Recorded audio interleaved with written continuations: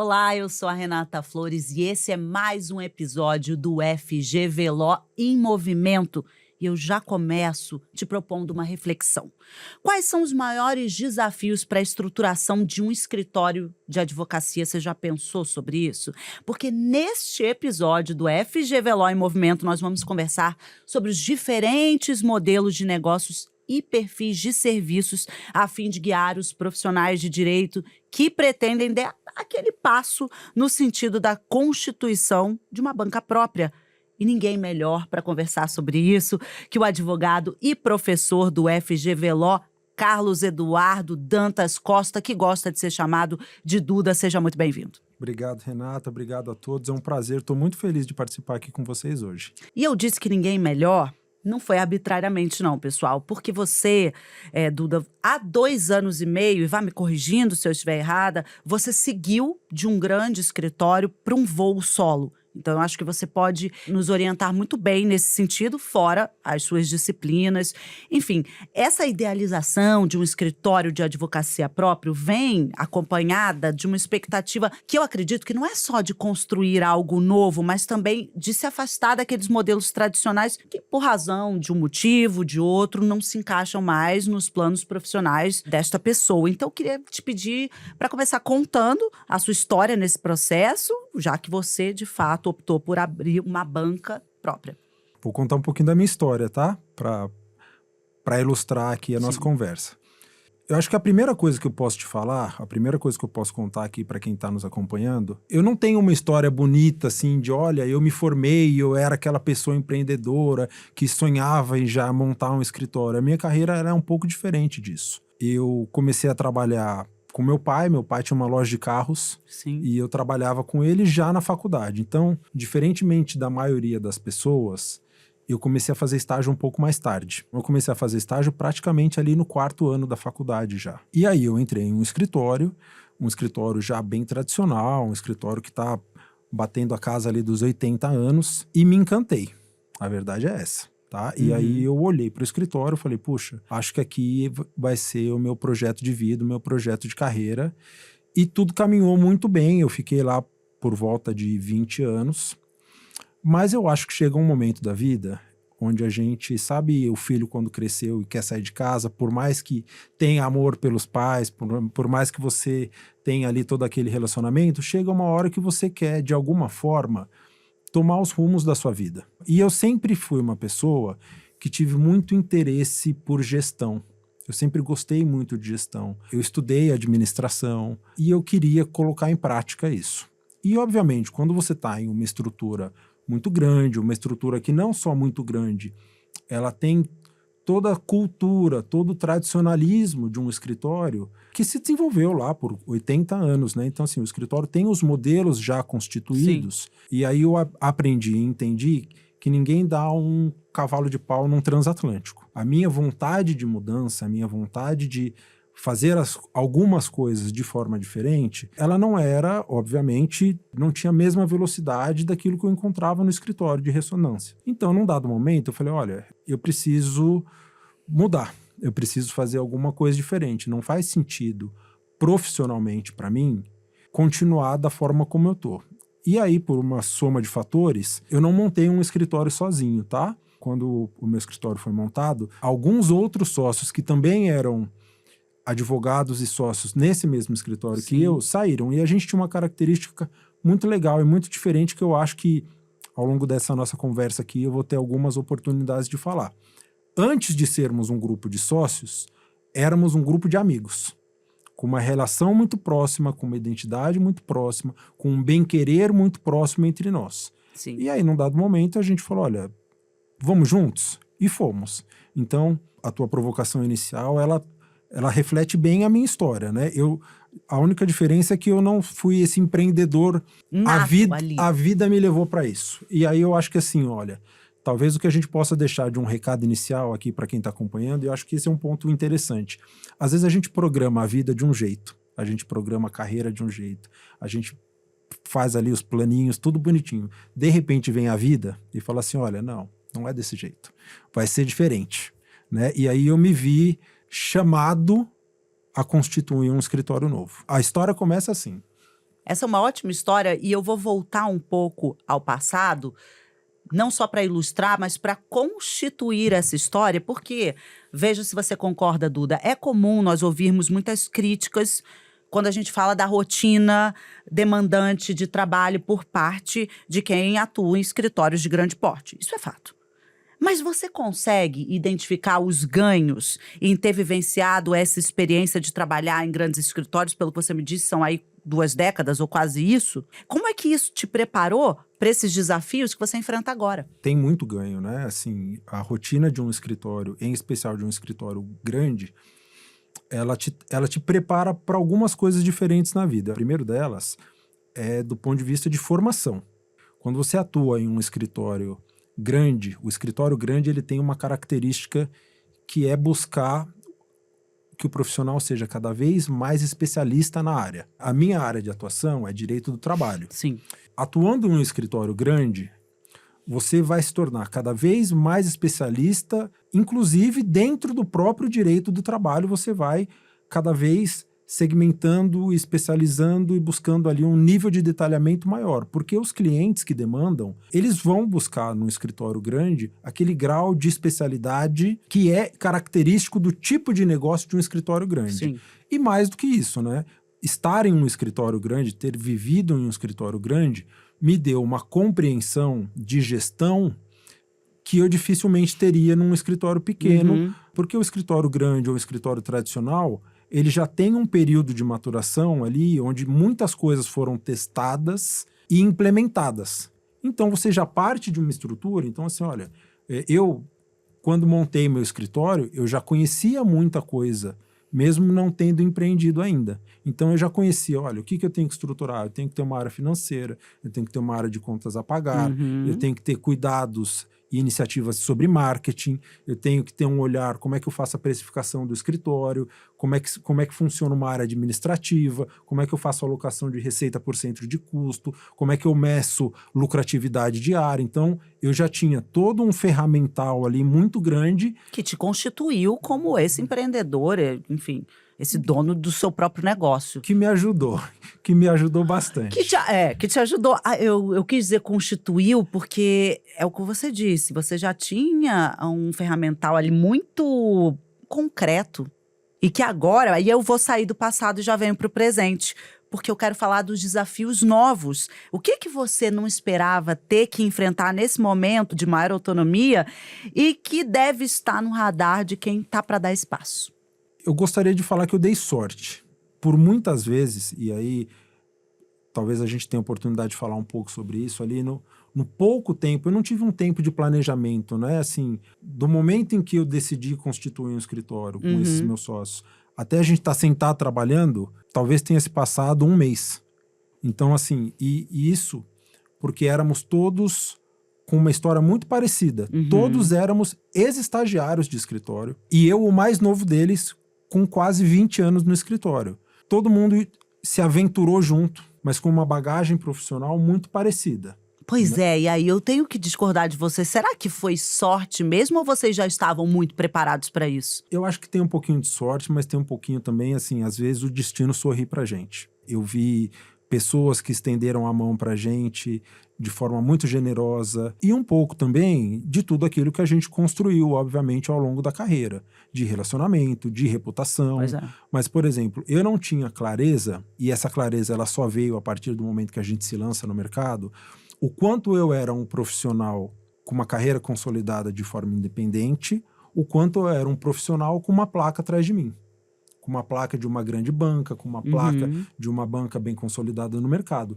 Alguns detalhes você só percebe quando você se lança no mercado e aí você mede a receptividade do mercado no seguinte sentido, olha, até aqui eu tinha um nome, mas eu tinha um nome porque eu tinha uma marca por trás. Ou não, eu tenho um nome, esse nome é independente, eu me vejo como um profissional de mercado e sou reconhecido pelo mercado assim. Eu não te diria que a gente se deparou com grandes novidades além daquilo que a gente esperava. Claro, né? Acho que como todo começo, eu falo assim, a gente não estava estruturado. Eu não estava estruturado. Eu costumo brincar que eu virei um startupeiro de escritório de advocacia. Dá um exemplo. Vou te dar um exemplo muito legal. Quando a gente começou, quase todos nós usávamos o computador do escritório. A gente comprou os computadores, mas levou um tempo até chegar. Então eu me lembro que no primeiro dia de trabalho, no primeiro dia do escritório novo, eu fui pedir o computador para o meu irmão. Ele tinha lá um computador velho e a gente estava trabalhando, era um computador desse tamanho, com aquele que só funciona se estiver conectado na bateria, Sim. cheio de adesivo, porque era, na verdade, o computador que o meu sobrinho usava. E o meu sobrinho, na época, devia ter 4 ou 5 anos. É muito bom você trazer essa perspectiva pra gente. Então a gente começou com alguns perrengues, né? Acho que como toda empresa quando está começando, mas que são coisas ali que eu acho que contribuem para a história do escritório, contribuem para a gente valorizar o que tem hoje, Sim, contribui para a gente ir trilhando uma carreira ali, trilhando um caminho. Quando a gente fala de habilidades relacionadas à elaboração de um plano de negócios que não são exploradas nos cursos tradicionais de direito, vamos por esse caminho. Para quem quer dar um passo no sentido de estruturar um escritório próprio, Duda, por onde começar? Ah, legal. Eu acho que a pergunta é super interessante, porque isso é uma coisa que, de verdade, só a GV tem. Não se aprende a pensar um escritório de advocacia quando você está na faculdade. As faculdades não ensinam isso. A gente aprende o direito material, a gente aprende o direito individual, a gente aprende a teoria geral do direito, mas ninguém te fala o seguinte: olha, como é que você vai precificar o seu serviço? Aliás, o quanto você tem de autonomia para precificar o seu serviço, ou o quanto o mercado impõe um determinado serviço, um determinado preço para o serviço que você vai prestar. São algumas perspectivas muito difíceis. E aí, o plano de negócios, ele é um ensaio. Antes de você se lançar no mercado, antes de você constituir um escritório, é fundamental que você elabore um plano de negócios, porque por dois motivos, tá? Primeiro, porque o plano de negócios ele te ajuda a enxergar a viabilidade do seu escritório. Segundo, e aqui eu falo por experiência própria, depois que você começa, é muito difícil. A rotina, ela te exige demais, né? Depois que a gente está com o escritório já estruturado, trabalhando, você tem pouca oportunidade de falar, bom, eu vou parar para pensar o meu negócio. Eu faço isso, a gente faz isso, mas é um exercício que demanda muito esforço. É um exercício que tem que ter um planejamento de agenda, de programação muito grande. E quando você está começando, antes de começar o escritório, elaborar um plano de negócios é fundamental. Então, assim, quanto tempo o seu escritório vai levar para engrenar ao ponto de você parar de colocar dinheiro no escritório, né? Porque assim, quando você vai começar um escritório, você tem que investir. E aí, depende do tipo de escritório que você quer montar, mas você vai investir em espaço físico ou não. Aliás, esse é um ponto até a ser pensado. O que eu quero prestar? Que tipo de serviço eu vou prestar? O tipo de serviço que eu vou prestar faz sentido que eu tenha um espaço físico ou não? Aonde é esse espaço físico? Qual é o perfil do cliente que eu vou atender? Então, quando você desenha um plano de negócios, você faz todo esse mapeamento. E nada disso é explicitado, estudado, investigado nas faculdades formais de direito. Nunca, imagina. Eu não conheço outra faculdade que não a GV que prepare o aluno para essas competências que não são eminentemente as competências técnicas ali da aplicação do direito. Mas pensando que para que você atue como advogado, ou você vai entrar num negócio já constituído, ou você tem que montar o seu, é muito importante que você tenha essa visão, até para o advogado que entra numa banca já constituída e tem sonho e almeja progredir, em algum momento ele pode se tornar um gestor, em algum momento ele pode ali, né, a carreira do advogado, chega um momento que você mais faz gestão, mais organiza e administra do que necessariamente é o responsável ali por executar tecnicamente o trabalho. Então você tem que desenvolver essas competências. Sim. E quando você tem a opção ou a possibilidade de fazer isso sem o compromisso, né, de ter obrigatoriamente que acertar, né? Porque assim, quando você já empreendeu, você se vê na obrigação de acertar. Porque o erro talvez possa te custar ali o futuro do escritório ou a frustração de um escritório. Uma coisa que, por exemplo, as pessoas às vezes não pensam, né? eu vou montar um escritório, eu vou começar um escritório. Cada tipo de negócio dentro do direito, ele tem um tempo de maturação e um tempo de geração de dinheiro. Eu vou te dar 2 exemplos aqui dentro da minha área, tá? Eu atuo no direito do trabalho. O direito do trabalho, ele tem basicamente, eu vou falar de contencioso, que acho que é talvez a linguagem mais do dia a dia aqui para os advogados, para quem acompanha a gente, tá?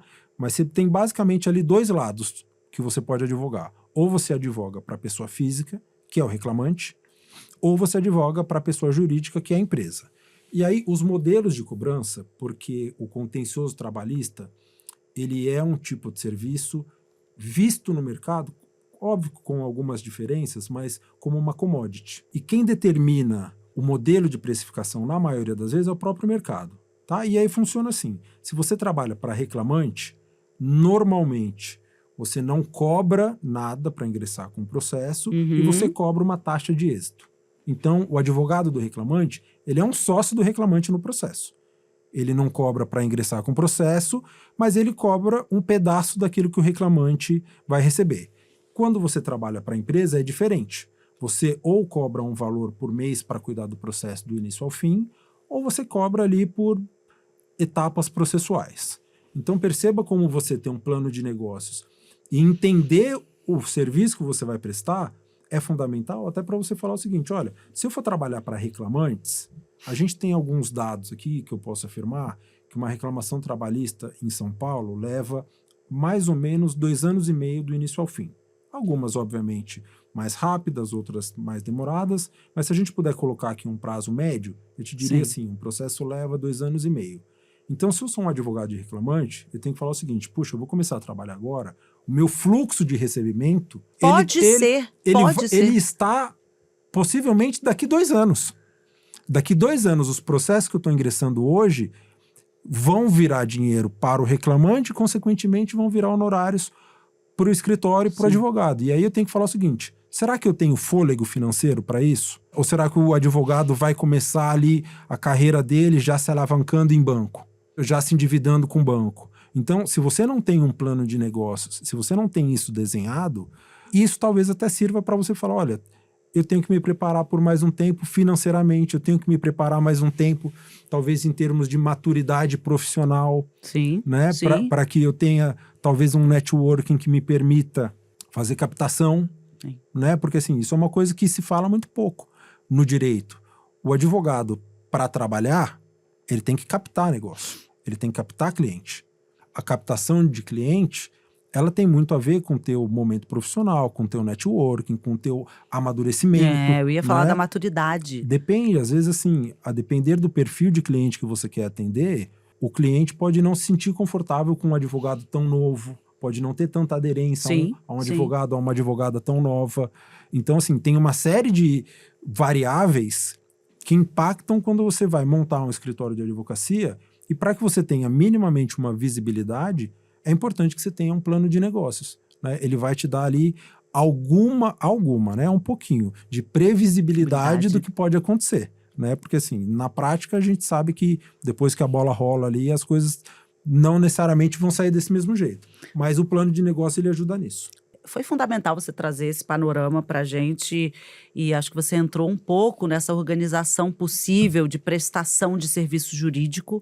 Trouxe um panorama, se você quiser aprofundar, porque eu acho que a minha próxima pergunta precisa ser sobre as características pessoais e profissionais desse empreendedor jurídico. E como é que essas características que precisam ser ou desenvolvidas, porque eu acho que elas podem ser desenvolvidas, nem sempre são senatas, elas impactam a estruturação de um escritório. E é inevitável não te perguntar se essa questão do apetite para o risco deve estar sempre presente. Aí essa sim deve ser nata ou desenvolvida. Tá bom, eu acho que não dá para você pensar em ser empreendedor se não tiver disposição para risco. E aí eu conto a minha experiência. Eu troquei uma carreira, eu não vou dizer uma carreira consolidada, mas eu troquei uma carreira estável por começar um negócio do zero.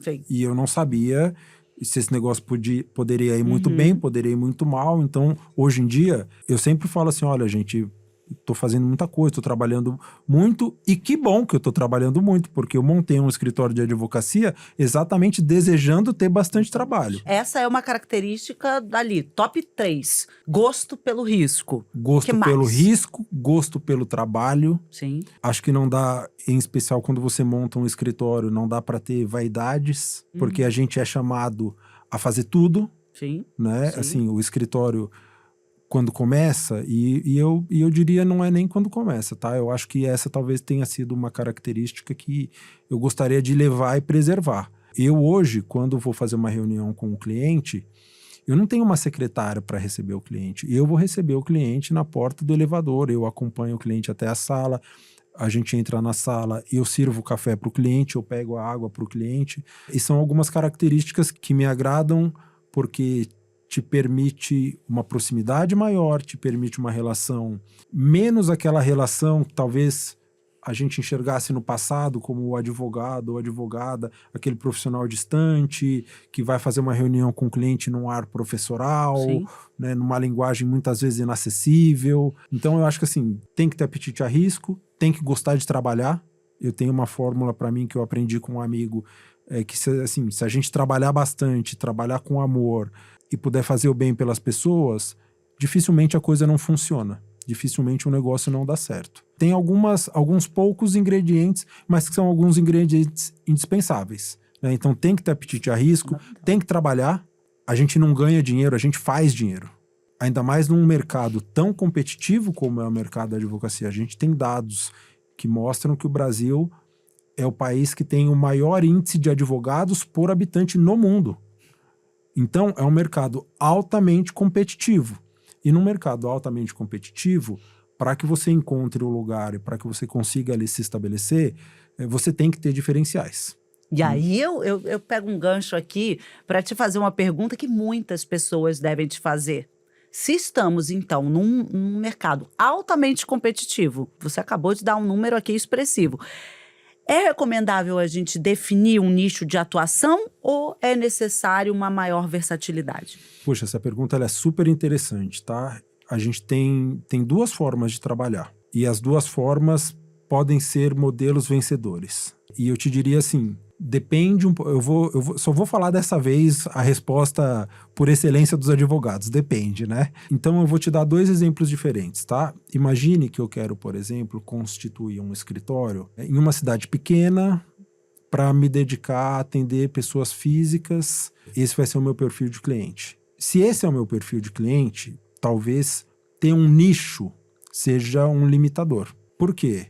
Olha, se eu vou montar um escritório pequeno, numa cidade pequena, para atender pessoa física, para dar tração no escritório, eu tenho que estar disponível para fazer o que aparecer. Então eu tenho que atender a pessoa que aparece lá com um problema de família, que quer se divorciar, que quer fazer um inventário, mas eu tenho que estar apto a atender a pessoa que quer se aposentar e tem que entrar com uma ação contra o INSS. Sim. Eu tenho que atender o reclamante ou a reclamada num processo trabalhista. Aí talvez o nicho seja um limitador.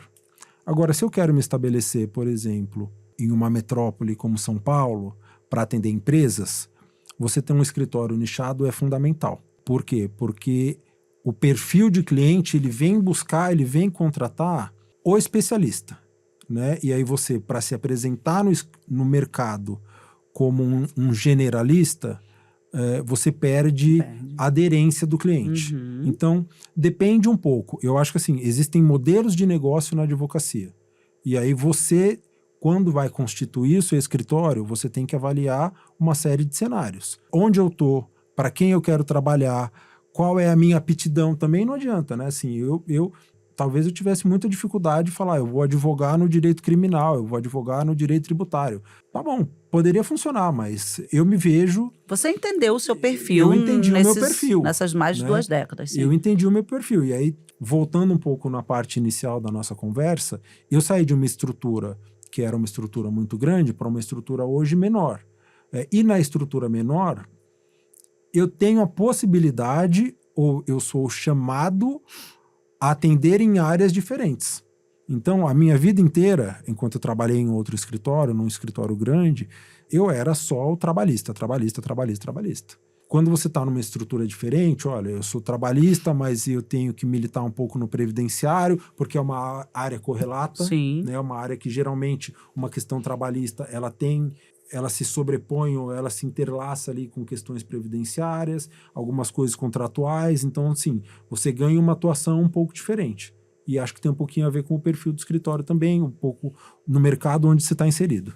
Vou voltar um pouco numa fala sua sobre precificação de serviços jurídicos. Eu queria que você falasse brevemente sobre os elementos que os advogados, as advogadas que nos assistem devem considerar na precificação dos serviços jurídicos. Ah, legal. Olha, a precificação, eu te diria assim, a gente vê muitas vezes os advogados, os escritórios, simplesmente replicando valores por aí. O que para mim é um erro super importante, porque assim, a precificação, ela parte de algumas premissas que são absolutamente específicas do teu negócio. Em alguma proporção, e aí a gente tem que diferenciar duas coisas, né?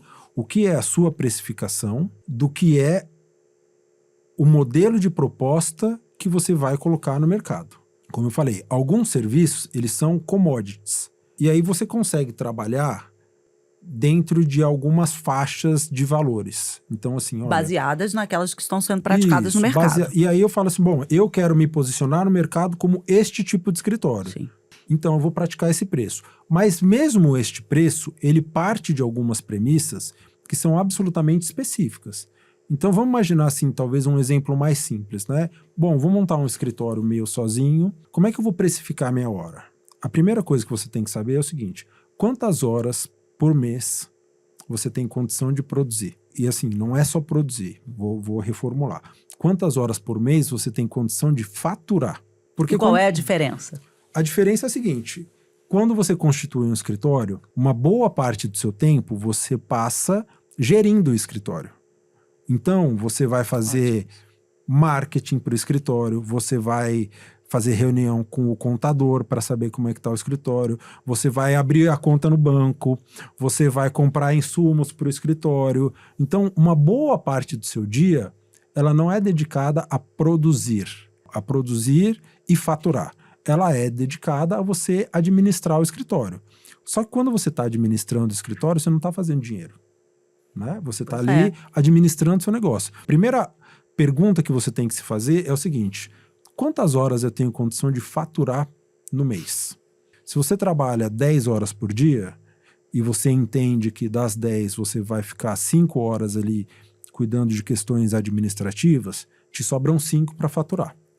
5 dias úteis, ou vamos falar 22 dias no mês, te sobra aí 110, 100, 110 horas faturáveis. Sim. Né? E aí você vai falar, bom, legal, então eu já sei que a minha capacidade de faturamento são 110 horas. Agora eu tenho que fazer algumas estimativas dos custos que eu tenho para montar um escritório. Eu tenho uma estrutura física, isso me custa. Eu tenho que pagar aluguel, eu tenho que pagar IPTU, eu tenho que pagar condomínio, eu tenho que pagar internet, eu tenho que pagar o material de escritório que eu uso, eu tenho que pagar telefone, eu tenho que pagar energia. Mais do que isso. Se você se propôs a montar um escritório, você vai trabalhar para o escritório, mas você é também um empresário. E se você é um empresário, você tem que ter, e isso tem que ser uma obrigação de quem está montando o escritório, você tem que esperar lucrar com isso. Então eu tenho que ter uma margem de lucro, mas eu tenho que ter então, eu tenho lá de 100 a 110 horas, hipoteticamente aqui nesse exemplo, e essas 110 horas elas têm que servir para 1, pagar todos os custos do meu escritório. 2, pagar a minha remuneração, né? Porque assim, afinal de contas, eu sou um profissional e eu estou trabalhando. Eu tenho que me pagar. E aí eu vou ter que arbitrar ou estimar qual seria o meu salário se eu tivesse talvez no mercado trabalhando. Então, essas horas tem que dar conta de pagar isso também. Quantas perspectivas vou te falar mais duas, hein? 3, eu tenho que ter o lucro do escritório. E 4, tem que pagar imposto. Então, a partir do momento em que você tem todas essas variáveis, e isso tem que ser feito na ponta do lápis, tá? Claro, é de uma responsabilidade. Aí você inverte, né? Olha, eu tenho 110 horas que precisam me gerar tanto em dinheiro. Aí você chega no seu valor, você chega numa precificação que faz sentido. Tivemos né? uma aula de precificação agora, não é? Eu vou voltar lá para os seus sócios e vou falar de uma maneira mais abrangente, quero que você fale, porque essa relação com sócios deveria demandar uma sintonia fina. No seu caso, ela acontece porque eles são seus amigos, pessoas com experiências muito similares às suas. Quais são as boas práticas relacionadas a essa tomada de decisão e governança em escritórios de advocacia? Eu tive a sorte de ter na composição dos meus sócios alguns que atuam com direito societário. E no direito societário existe um mecanismo que ele é fundamental para o funcionamento de qualquer sociedade, e para a sociedade de advogados não é diferente, que é o acordo de sócios. Você tem que ter ali um documento que antecipadamente, pensado em um momento onde está tudo bem, onde está todo mundo tranquilo, onde está todo mundo de cabeça fria. Casamento. Onde você pode estabelecer quais são as regras do jogo, como é que funciona, do ingresso à aposentadoria. O acordo de sócios, ele tem que te dar respostas para o ingresso na sociedade até a aposentadoria do sócio e tudo que vai acontecer aqui no meio do caminho. Inclusive, sobretudo, as tomadas de decisão. Quais são as decisões que obrigam, por exemplo, uma decisão unânime? Quais são as decisões que podem ser tomadas por uma maioria simples? Quais são as decisões onde qualquer sócio pode ter direito de veto? Tudo isso tem que ser pensado para, se em algum momento ali na sociedade surgir algum desconforto, alguma coisa, né? Você tem aonde recorrer e você já tem uma regra pré-estabelecida. Agora, eu te diria o seguinte, você falou de sintonia fina. Nesse pouco tempo que eu te falei, né, entre sair e constituir um escritório, é um momento de verdade angustiante, sabe? Porque assim, você sai de um lugar onde você passou a vida inteira para começar um negócio novo, é um momento emocionalmente muito desgastante, é um momento emocionalmente muito desafiador. E aí, eu me lembro que eu conversei, eu vou dar o crédito, tá? Eu conversei com um amigo que se chama Aldo Neto. Aldo, você vai se lembrar dessa conversa. Ele foi super generoso, estava viajando com a família e parou ali para me ouvir um pouco. Nesse momento ali, eu estava mais desabafando, contando para ele ali o que estava passando, né? E ele me deu uma dica, que eu carrego assim como uma dica de ouro, e eu repasso essa dica para todo mundo que tem oportunidade. Ele me falou o seguinte: Duda, goste de perder para o seu sócio. Ele falou assim: goste de perder, mas não deixe que isso contamine o seu coração. Ele falou: cada vez que você perde para o sócio, mas não contamina o coração, a sociedade ganha. A sociedade se fortalece. Talvez porque eu tive a facilidade, a felicidade de estar entre amigos, isso foi uma coisa que todo mundo colocou em prática de forma automática, né? Quando você está lidando com um amigo, geralmente você tem essa tendência de falar, entre ficar bom para você e para mim, fica para você. Sim. E aí eu acho que assim, essa generosidade, esse fácil trato, e mais do que isso, eu acho que você, quando está numa sociedade, e o acordo de sócios, ele proporciona isso, né? Você tem que ter conversas difíceis, né? Você tem que resolver coisas, você tem que tomar decisões, você tem que ter realinhamentos muitas vezes, porque a sociedade começa de um jeito, daqui a pouco ela já ganhou uma dinâmica diferente. Sim.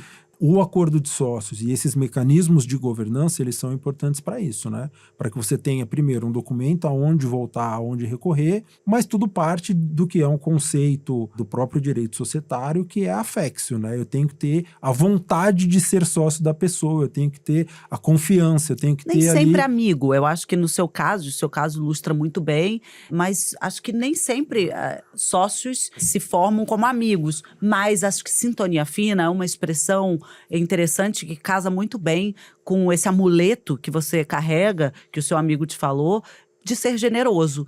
E nem sempre acho que a gente precisa ser amigo, mas a gente precisa entender essa troca, e eu vejo sempre como um grande casamento. Eu tenho sorte de ter me associado a amigos, mas eu acho que você falou uma coisa muito verdadeira, tá? E assim, para além disso, quando a gente atua no mercado jurídico, uma coisa que eu defendo muito, que eu acho que é muito importante, em especial quando você está ali começando um escritório, né?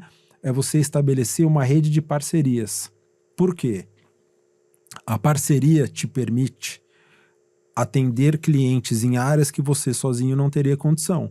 Então, se eu sou um advogado trabalhista e você é uma advogada civil, Talvez o meu cliente trabalhista tenha um problema civil, né? Porque o meu cliente trabalhista, ele é uma pessoa física ou ele é uma empresa. E ele vai se divorciar, e ele vai se casar, e ele vai comprar uma casa, e ela vai ter outras preocupações. Então, quando você tem parcerias, você tem possibilidade de multiplicar o teu potencial de atendimento sem a responsabilidade de estruturar um negócio. E muitas vezes, a partir de uma parceria, pode nascer uma sociedade. Você começa numa parceria, às vezes percebe que tem habilidades complementares, características complementares e que podem evoluir, inclusive, para uma sociedade. Às vezes pode ser uma sociedade, eu vou falar uma sociedade de conveniência, mas sem parecer uma forma pejorativa. Sim. Porque às vezes você tem uma sociedade, você pode simplesmente estruturar melhor o teu custo. Se eu estou sozinho, eu tenho que ter toda uma estrutura que talvez repartindo em dois,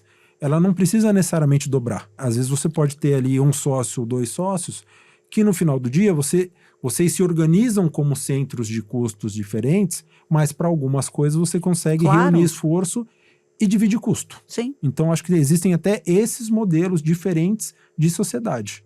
Eu vou para uma última pergunta, porque é um assunto que a gente poderia aqui desdobrar para 2, 3 episódios.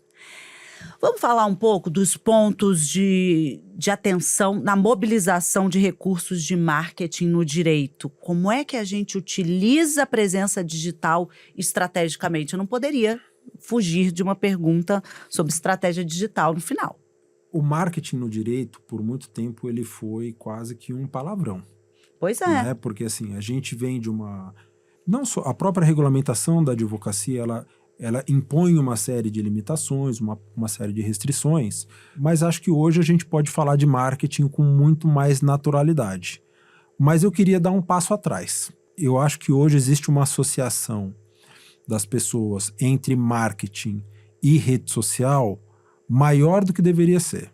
As redes sociais, elas são uma ferramenta dentre várias. Se você vai pensar numa estratégia de marketing, essa estratégia de marketing, ela tem que estar conectada. Acho que talvez assim, o ponto de partida eu vou falar um conceito de marketing aqui e me perdoem as pessoas que são do marketing e que têm muito mais propriedade do que eu no que eu vou falar, mas eu vou falar aqui dentro do meu conhecimento. Você tem que saber quem é a sua persona. Né? Quem é o seu cliente, para quem você quer falar, com quem você quer se comunicar, com quem você quer dialogar e, a partir daí, quais são as iniciativas e as estratégias de marketing que eu vou usar para dialogar e para me colocar numa posição em que esta persona, este meu cliente potencial, me enxergue e me veja de uma forma que ele valorize. E a rede social, e aí para mim, assim, talvez a rede social ela seja um catalisador onde você pode fazer, e aqui eu acho que ela é fantástica, né? É você fazer o marketing de conteúdo. Né? Não é, você vai às redes sociais, você usa as redes sociais para dialogar com a persona, mas fazendo um marketing de conteúdo jurídico. Mas não só isso. Então, por exemplo, se você entende que a tua persona ou que o teu cliente ali, ele transita em outros meios, talvez parte da minha estratégia de marketing, parte ali das minhas iniciativas de marketing, sejam, por exemplo, frequentar determinados espaços, participar de determinadas associações, me inscrever num determinado grupo de estudos. Então, o marketing ele não está restrito a você produzir conteúdo na rede social. Claro, é talvez a iniciativa mais importante, Sim. Porque a rede social ela te dá uma capilaridade grande, ela te dá a possibilidade de ter uma visualização grande, o que no passado talvez só os meios tradicionais ali de comunicação permitissem. A rede social traz esse alcance, né? A rede social permite que qualquer um de nós monte uma conta no LinkedIn, no Instagram e produza conteúdo, e se esse conteúdo tiver valor, for bem aceito, você naturalmente ali vai se colocando numa posição de destaque, naturalmente você vai se colocando ali como talvez o conceito que se busque, que é o conceito de autoridade no assunto. Mas eu acho que é muito pouco a rede social sozinha. Ela tem que estar alinhada e desenhada com uma série de outras estratégias. Por exemplo, no mercado jurídico, e mais do que no mercado jurídico, eu diria que no mercado jurídico empresarial, existem, por exemplo, os rankings. Tem uma série de rankings nacionais e internacionais que fazem ali os melhores advogados nesse segmento, naquele segmento. Poxa, quanto isso pode ser valioso para o meu negócio? Quanto isso pode ser valioso para a minha imagem? Então eu tenho que entender com quem que eu quero falar. Qual conteúdo essa persona consome? Qual conteúdo esse meu cliente consome? Aonde ele toma a decisão? Sim. Que tipo de ferramenta ele usa para tomar decisão? E aí eu tenho que traçar uma estratégia de marketing e, inclusive, uma estratégia de marketing necessariamente anualizada, tá? Essas são as melhores práticas, né? Você tem uma estratégia anualizada para organizar a tua alocação de investimento, organizar a tua alocação de recursos e saber, olha, eu preciso participar todo ano deste evento aqui. E talvez eu tenha que me programar financeiramente para participar desse evento. Como o dinheiro é um recurso finito, talvez eu tenha que reservar dinheiro para estar naquele evento e abra mão de outras iniciativas. Então eu tenho que ter um calendário e saber exatamente quando, como, por que eu vou fazer cada uma das iniciativas. E qual foi a persona que você construiu ao longo desses anos como advogado e professor? Ela está baseada em que características? Eu já sei de algumas. Pouca vaidade, muita resiliência, mas eu quero mais algumas para a gente fechar esse episódio. Aí eu te diria, não a persona do cliente, né? Agora a sua. As minhas, tá bom. Talvez dê para responder uma pergunta tão complexa assim de um jeito simples. Seja como professor, como advogado, eu tenho algumas características que, assim, eu procuro ser acessível, eu procuro ser disponível, procuro ouvir as pessoas, porque acho que a gente, hoje em dia, ainda mais quando a gente está ali numa posição de professor ou advogado, a escutativa, ela é uma ferramenta fundamental para que eu possa entender o problema da pessoa que me procura, né? Quando você é advogado, ninguém vem te procurar para falar de amenidades, as pessoas vêm a você com um problema. Então eu tenho que estar aberto a ouvir e eu tenho que obrigatoriamente ser o especialista, eu tenho que ser um estudioso e eu tenho que ser um apaixonado por aquilo que eu faço. Isso vale tanto como advogado quanto como professor. Eu tenho que ter paixão no que eu faço. Graças a Deus eu sou muito feliz em tudo aquilo que eu faço profissionalmente. Sou muito feliz, sou advogado por vocação e por paixão e também sou professor por vocação e por paixão. Então eu acho que a paixão acaba movendo um pouco ali a nossa vontade de estar em sala de aula, a nossa vontade de advogar, a nossa vontade. Eu tenho uma característica que, assim, muitas vezes eu me sinto mais angustiado do que os próprios clientes. Eu me sinto mais desafiado, falando, não, eu tenho que achar uma solução, eu tenho que achar, eu sou inquieto, tenho essa resignação e acho que isso acaba nos levando ali a buscar sempre o melhor, sempre entregar o melhor que a gente pode para o aluno, para o cliente, para a sociedade como um todo. Então, para finalizar, Duda, vou te pedir para se dirigir a essa câmera, para quem nos assiste, para quem nos ouve, deixa uma mensagem final, porque esse episódio foi fundamental para todos vocês que estão aí pensando em estruturar a sua própria banca. Estruturar um escritório de advocacia é uma atividade desafiadora, mas ao mesmo tempo ela é muito prazerosa. Então, quando a gente tem a oportunidade de começar um negócio, imprimir nesse negócio a cultura que a gente acha que faz sentido, que ela é importante, e você vê aquilo mudando a vida de pessoas, né? Hoje, felizmente, no meu escritório, eu tenho um grupo de pessoas, um grupo de famílias, a começar pela minha própria, que vive dali, né? Assim, mais do que um negócio, aquilo ali é um propósito de vida. E aí é fundamental que, para que esse propósito possa ser bem exercido, bem atuado, você tem que obrigatoriamente tomar alguns cuidados e o primeiro deles é se qualificar, o primeiro deles é buscar conhecimento necessário, os recursos necessários, o planejamento necessário para poder atuar. Tivemos uma aula, inclusive de precificação. Esse foi mais um episódio do FGV Law em Movimento. Hoje estávamos aqui com Carlos Eduardo Dantas Costa, o Duda, que você já deve conhecer, ou se não, agora você acabou de ser apresentado da maneira mais informal possível. Muito obrigada por isso. Te espero no próximo episódio.